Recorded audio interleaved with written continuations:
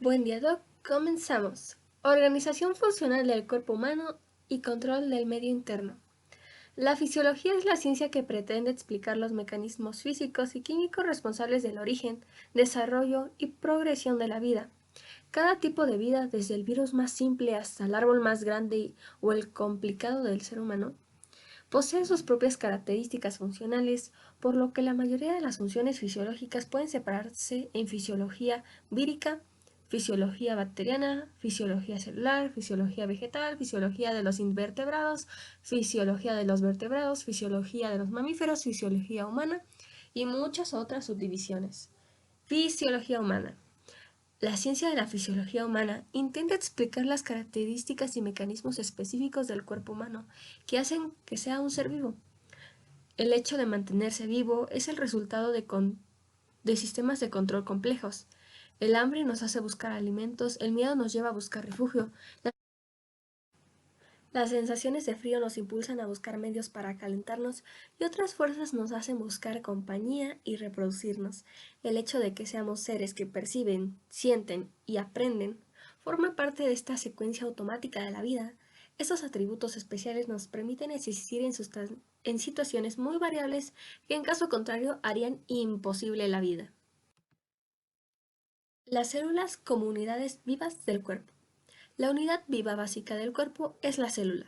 Cada órgano es un agregado de muchas células diferentes que se mantienen unidas mediante estructuras de soporte intercelulares.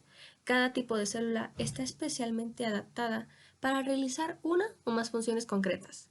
Por ejemplo, los eritrocitos, cuya cantidad asciende aproximadamente a 25 billones en cada ser humano, transportan el oxígeno desde los pulmones a los tejidos. Aunque los eritrocitos son las más abundantes entre todas las células corporales, hay 75 billones de células más de otros tipos que realizan funciones diferentes.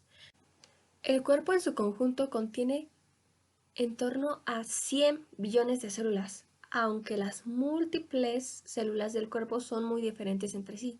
Todas las células tienen determinadas características básicas que son similares. Por ejemplo, el oxígeno reacciona con los hidratos de carbono, grasas y proteínas para liberar la energía necesaria para mantener las funciones de todas las células. Por otra parte, los mecanismos químicos generales que permiten cambiar los nutrientes en energía son básicamente los mismos en todas las células y todas las células liberan los productos de sus reacciones químicas en los líquidos circundantes. Además, prácticamente todas las células tienen la capacidad de reproducirse, formando más células de su propia estirpe.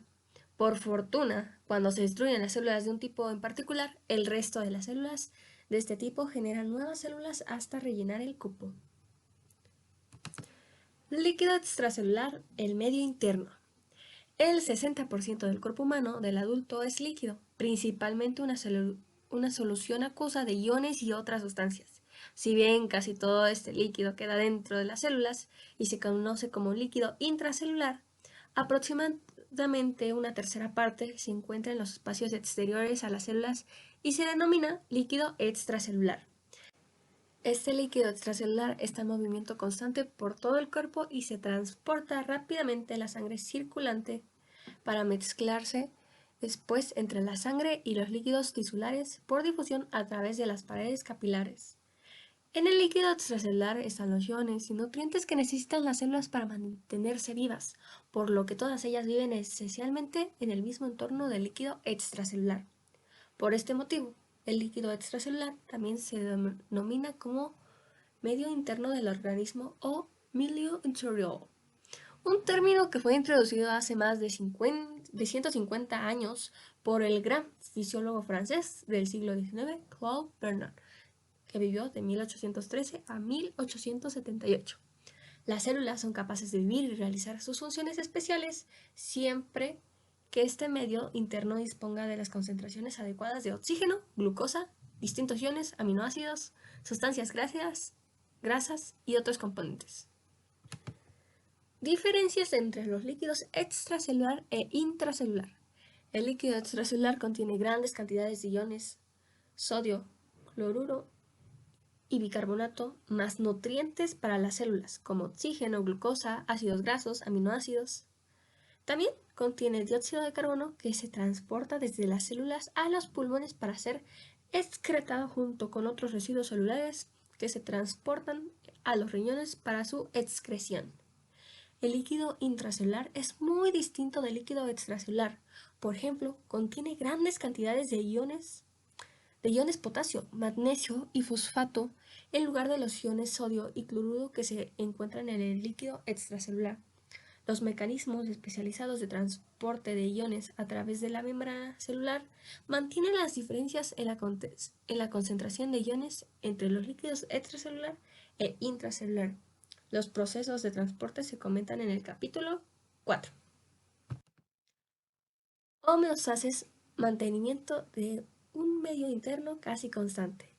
En 1929, el fisiólogo estadounidense Walter Cannon, que vivió de 1871 a 1945, acuñó el término de homeostasis para referirse al mantenimiento de unas condiciones casi constantes del medio interno. Esencialmente, todos los órganos y tejidos del organismo realizan funciones que colaboran en el mantenimiento de estas condiciones relativamente constantes.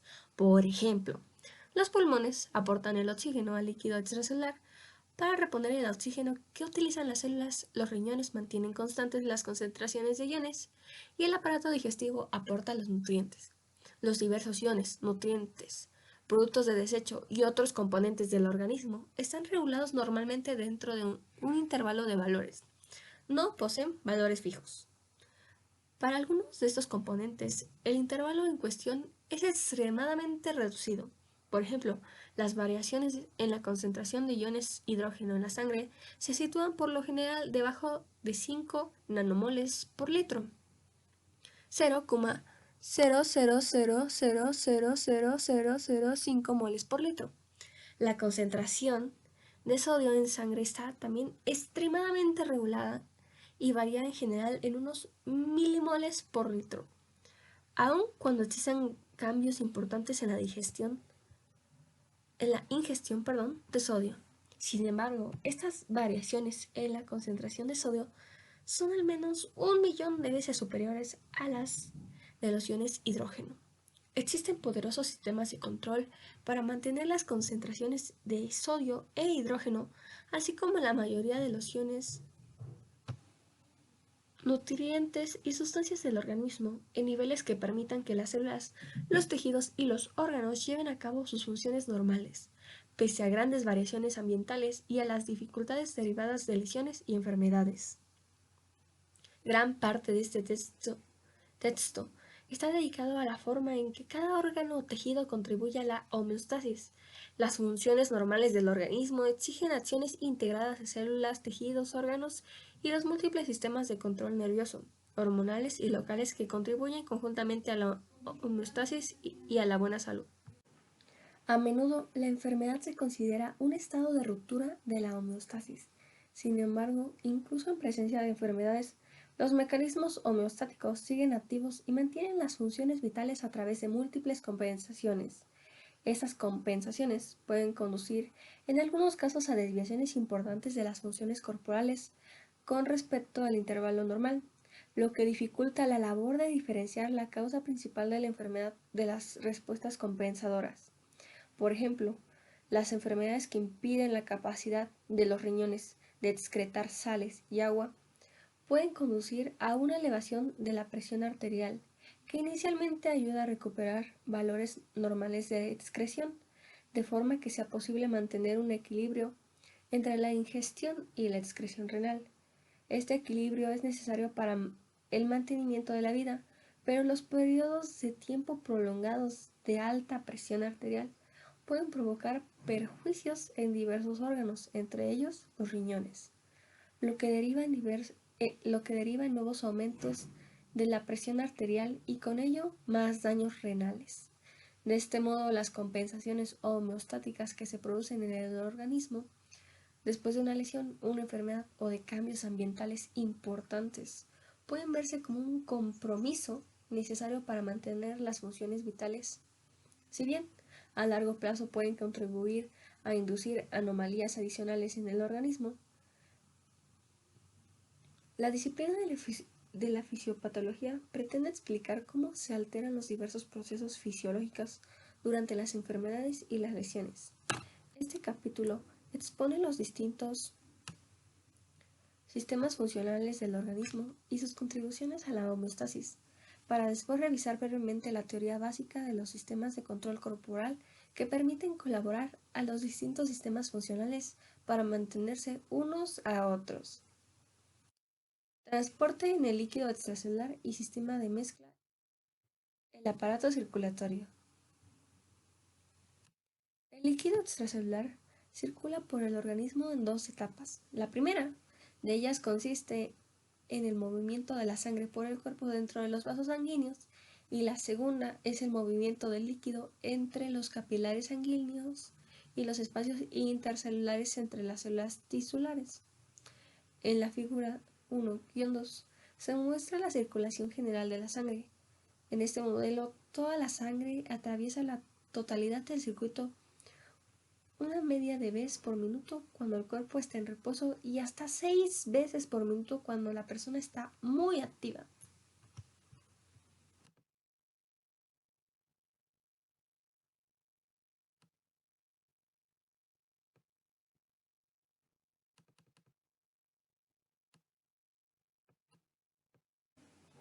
A medida que la sangre atraviesa los capilares sanguíneos, se produce también un intercambio continuo de líquido extracelular entre la porción del plasma de la sangre y el líquido intersticial que rellena los espacios intercelulares, proceso que se muestra en la figura 1-2.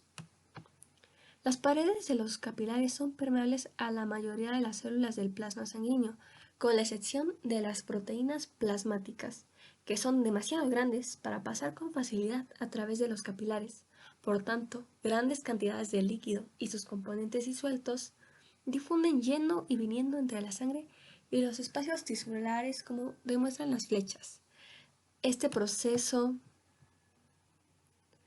de difusión se debe al movimiento cinético de las moléculas en el plasma y en el líquido intersticial, es decir, el líquido y las moléculas disueltas están en movimiento continuo y van dando tumbos en todas las direcciones dentro del plasma y el líquido en los espacios intercelulares, además de atravesar los poros capilares.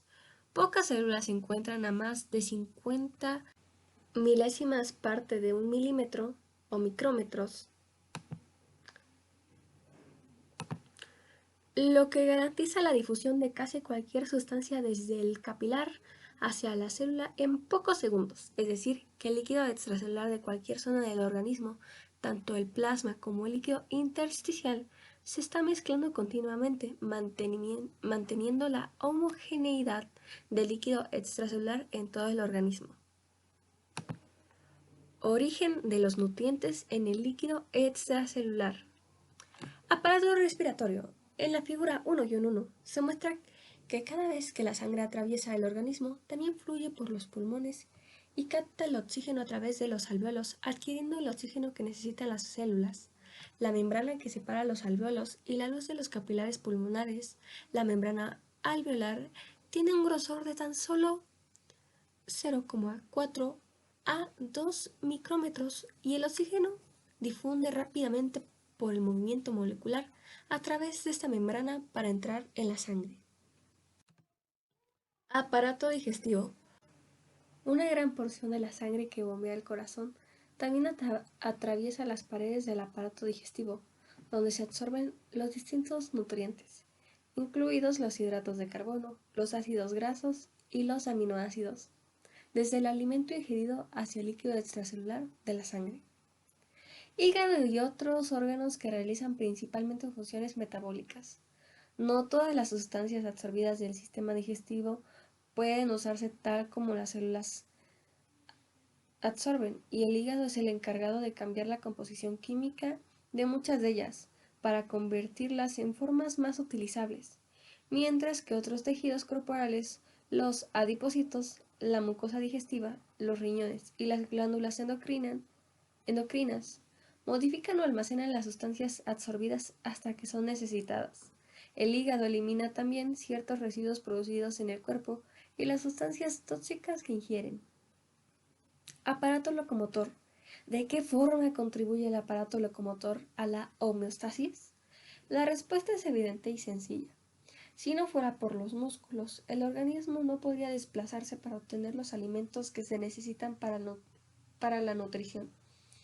El aparato locomotor también permite la movilidad como protección frente al entorno, sin la cual todo el organismo, incluidos los mecanismos homeostáticos, sería destruido.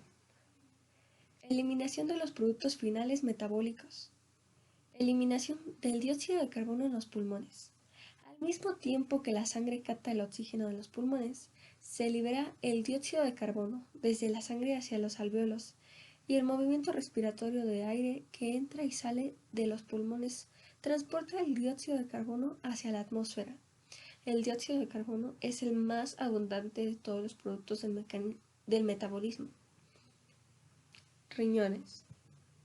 Con el paso de la sangre a través de los riñones se eliminan del plasma la mayoría de las sustancias que, además del dióxido de carbono, las células ya no necesitan, como son los distintos productos finales del metabolismo celular, como la urea y el ácido úrico, y el exceso de iones y agua de los alimentos que podrían acumularse en el líquido extracelular.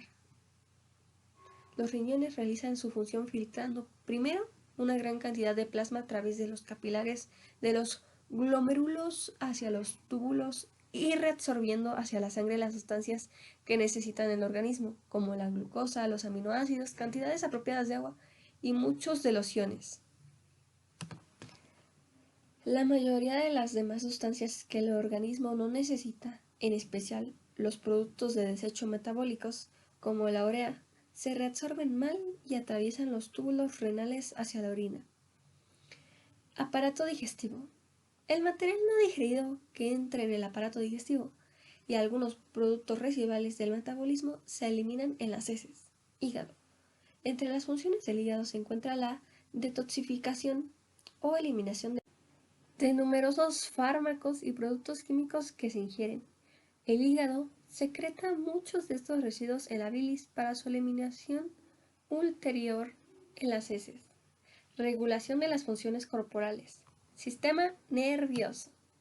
El sistema nervioso está compuesto por tres partes principales: la porción de aferencia sensitiva, el sistema nervioso central o la porción integradora y la porción eferente motora.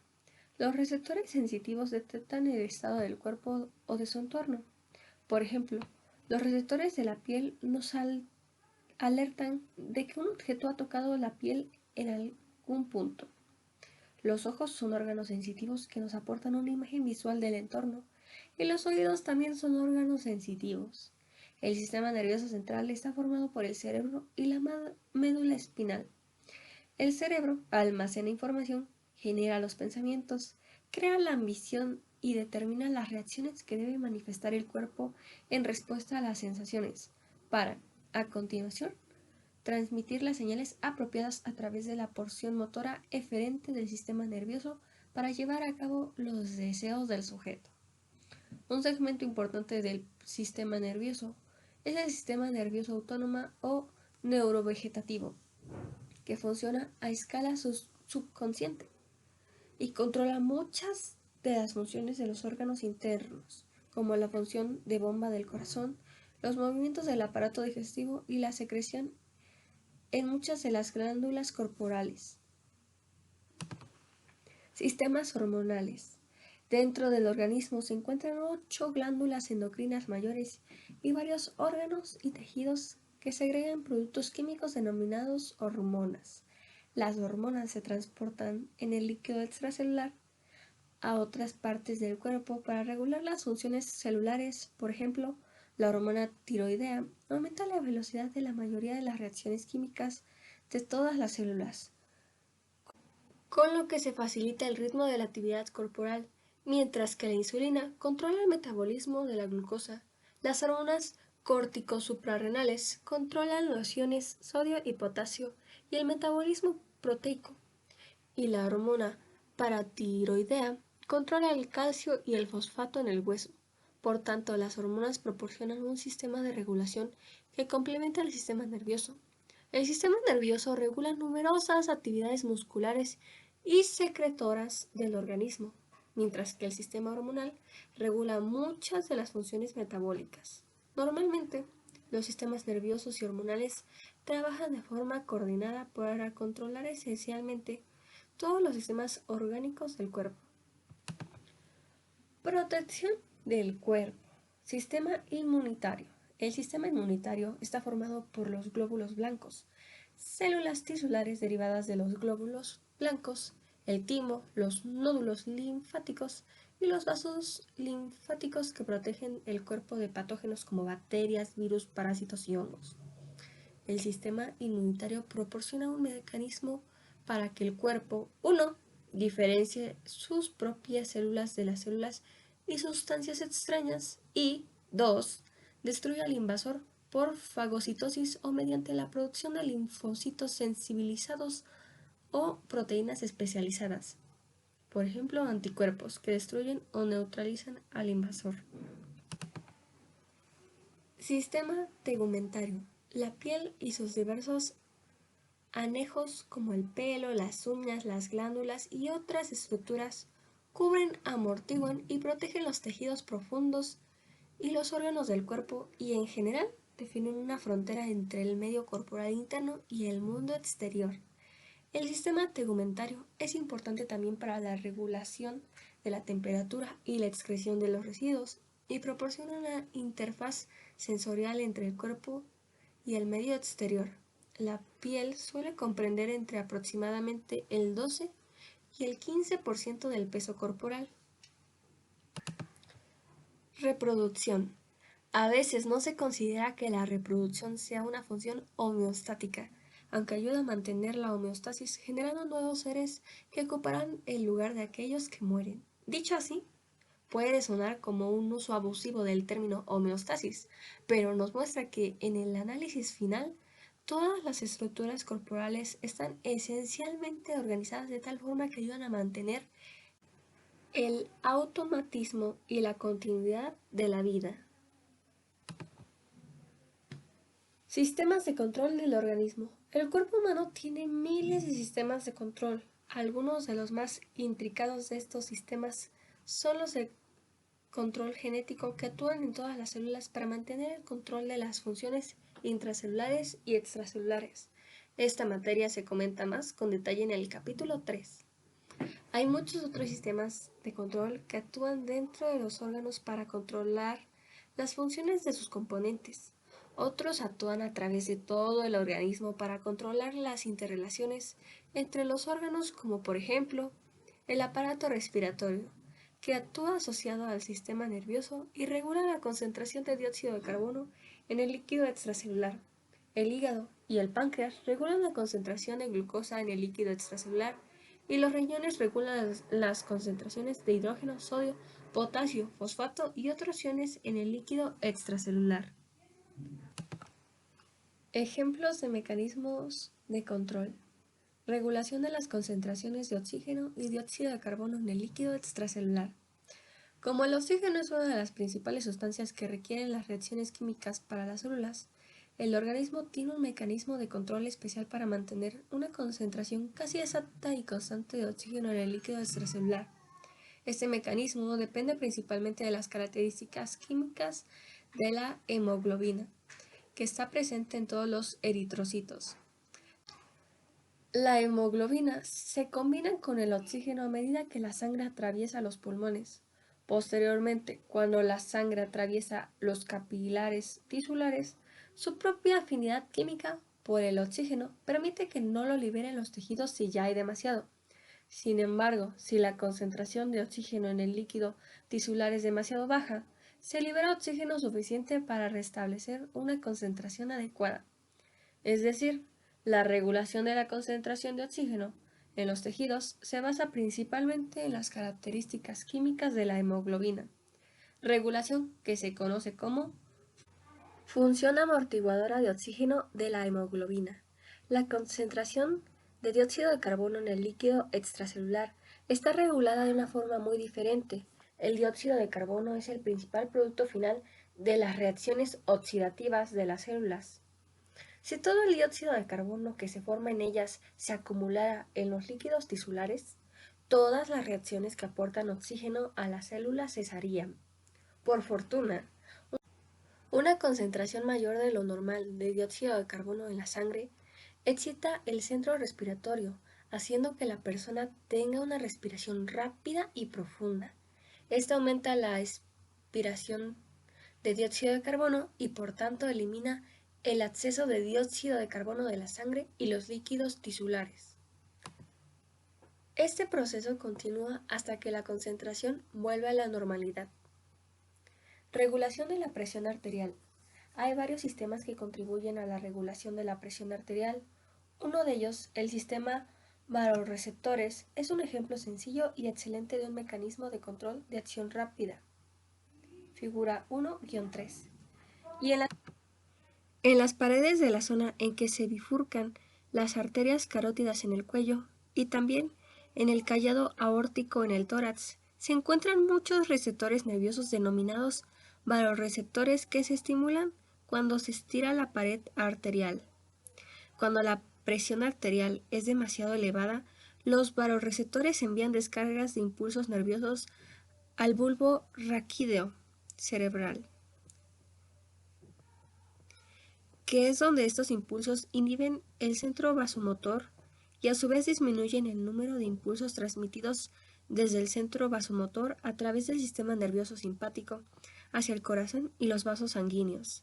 La ausencia de estos impulsos hace que disminuya la actividad de bomba en el corazón y también produce la dilatación de los vasos sanguíneos periféricos, lo que permite aumentar el flujo de sangre a través de ellos. Ambos efectos hacen que la presión arterial disminuya y tienda a recuperar sus valores normales.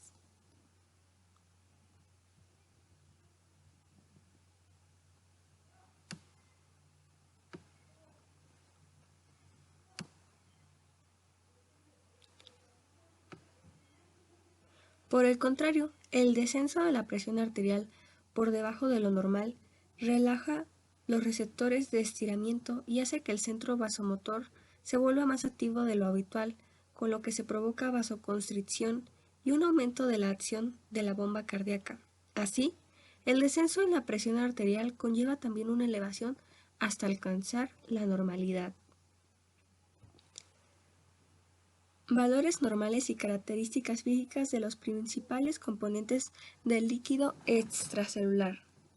En la tabla 1-1 se enumeran algunos de los componentes más importantes del líquido extracelular y sus características físicas, junto con sus valores normales, los intervalos de normalidad y los límites máximos que no llegan a provocar la muerte.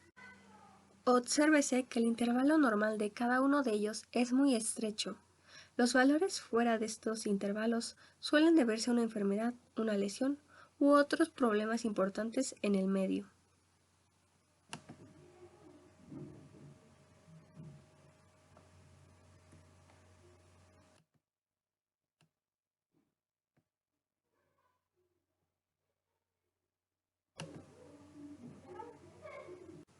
Lo más importante es conocer los límites por encima de los cuales estas alteraciones provocan la muerte. Por ejemplo, un aumento de la temperatura del organismo de tan solo 7 grados centígrados por encima de la normalidad provoca un ciclo vicioso en el que aumenta el metabolismo celular y se destruyen las células. Obsérvese también el estrecho intervalo del equilibrio ácido-básico en el organismo. Con un valor normal de pH de 7,4 y con valores mortales de tan solo 0,5 unidades a cada lado de la normalidad. Otro factor importante es la concentración del ion potasio, porque siempre que disminuya a menos de un tercio de la normalidad, es probable que la persona quede paralizada debido a que los nervios ya no pueden transportar señales. Por el contrario, cuando la concentración del ion potasio aumenta 2 o más veces por encima de lo normal, es probable que el músculo cardíaco esté muy deprimido. Además, cuando la concentración del ion calcio se reduce a la mitad de la normalidad, aparecen contracciones Tetánicas de los músculos de todo el cuerpo, por la generación espontánea de un número excesivo de impulsos nerviosos en los nervios periféricos. Cuando la concentración de glucosa disminuye por debajo de la mitad de lo normal, se desarrolla una irritabilidad mental extrema y en ocasiones incluso aparecen convulsiones. Estos ejemplos deberían bastar para apreciar el importante valor e incluso la necesidad del gran número de sistemas de control que mantienen el buen funcionamiento del organismo ante la ausencia de cualquiera de ellos. Puede producirse una disfunción grave del organismo e incluso la muerte. Características de los sistemas de control.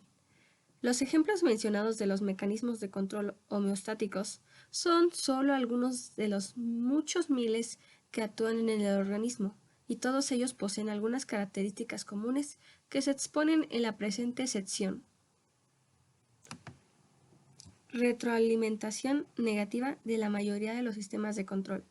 La mayoría de los sistemas de control del organismo actúan mediante una retroalimentación negativa, que podemos comprender mejor si revisamos algunos de los sistemas de control homeostáticos que hemos mencionado. Al hablar de la regulación de la concentración de dióxido de carbono, la ventilación pulmonar aumenta cuando dicha concentración se eleva en el líquido extracelular. A su vez, el aumento de la ventilación pulmonar disminuye la concentración de dióxido de carbono en el líquido extracelular, porque los pulmones expiran cantidades mayores de dióxido de carbono del organismo. En otras palabras, la concentración elevada de dióxido de carbono inicia una serie de sucesos que disminuyen la concentración hacia la normalidad, lo que es una señal negativa para iniciar el estímulo. Por el contrario, una concentración de dióxido de carbono que disminuye demasiado produce una retroalimentación que tiende a aumentar la concentración. Esta respuesta también es negativa para iniciar el estímulo. En cuanto a los mecanismos que regulan la presión arterial, una presión arterial elevada provoca una serie de reacciones que favorecen el descenso de la presión, o unas presiones bajas provocan una serie de reacciones que favorecen la elevación de la presión. En ambos casos, estos efectos son también negativos con respecto al estímulo que inició la reacción. Por tanto, en general, si algún factor se vuelve excesivo o deficiente, un sistema de control inicia la retroalimentación negativa, que consiste en una serie de cambios que devuelven ese factor hacia un determinado valor medio, con lo que se mantiene la homeostasis. Ganancia de un sistema de control. El grado de eficacia con el que un sistema de control mantiene las condiciones constantes está determinado por la ganancia de la retroalimentación negativa. Por ejemplo, supongamos que se transfiere un gran volumen de sangre a una persona cuyo sistema de control de la presión en los vasoreceptores no está funcionante y que su presión arterial se eleva de un valor normal de 100 milímetros de mercurio hasta 175 milímetros de mercurio. Supongamos entonces que el mismo volumen de sangre se inyecta a la misma persona cuando el sistema de vasoreceptores está funcionando correctamente y que esta vez la presión arterial aumenta solo 25 milímetros de mercurio. Es decir, el sistema de control por retroalimentación ha provocado una corrección de menos 50 milímetros de mercurio. Es decir, desde 175 milímetros de mercurio hasta 125 milímetros de mercurio, queda un incremento de la presión de más 25 milímetros de mercurio, que se conoce como error, lo que significa que el sistema de control no tiene una eficacia del 100% para prevenir los cambios. La ganancia del sistema de control se calcula utilizando la fórmula siguiente. Ganancia es igual a corrección sobre error. Es decir, en el ejemplo del sistema de vasoreceptores, la corrección es de menos 50 milímetros de mercurio y el error que persiste es de 25 milímetros de mercurio positivos. Por lo tanto, la ganancia del sistema de vasoreceptores de esta persona en cuanto al control de la presión arterial es de menos 50 dividido por más 25 o menos 2, es decir, un trastorno que aumente o disminuya la presión arterial tiene un efecto de tan solo un tercio de lo que ocurriría si no actuara el sistema de control. Las ganancias de algunos otros sistemas de control fisiológicos son mucho mayores que las del sistema de valorreceptores. Por ejemplo, la ganancia del sistema que controla la temperatura interna del organismo cuando una persona está expuesta a un clima frío moderado es de -33, de lo que se deduce que el sistema de control de la temperatura es mucho más eficaz que el sistema de control de la presión mediante valorreceptores. La retroalimentación positiva a veces provoca círculos viciosos y la muerte. Porque la mayoría de los sistemas de control del organismo actúan utilizando una retroalimentación negativa y no una retroalimentación positiva. Si se tiene en cuenta la naturaleza de la retroalimentación positiva, resulta evidente que no consigue la estabilidad, sino la inestabilidad, y en algunos casos puede provocar la muerte. En la figura 1-4 se muestra un ejemplo en el que puede llegarse a la muerte como consecuencia de la retroalimentación positiva. En ella se ilustra la eficacia del bombeo del corazón, demostrándose que el corazón de un ser humano sano bombea aproximadamente 5 litros de sangre por minuto. Si una persona tiene bruscamente una hemorragia de 2 litros, la cantidad de sangre del organismo disminuye hasta un nivel tan bajo que no queda sangre suficiente para que el corazón bombee eficazmente. En consecuencia, cae la presión arterial y disminuye el flujo de sangre que llega hacia el músculo cardíaco a través de los vasos coronarios. Este escenario lleva a que el corazón se debilite, el efecto de bomba pierde eficacia, disminuya aún más el flujo de sangre coronario y el corazón se debilite aún más. Este ciclo se repite una y otra vez hasta que se produce la muerte. Obsérvese que cada ciclo de retroalimentación provoca además el debilitamiento del corazón. En otras palabras, el estímulo inicial provoca más reacciones del mismo tipo, que es en lo que consiste la retroalimentación positiva.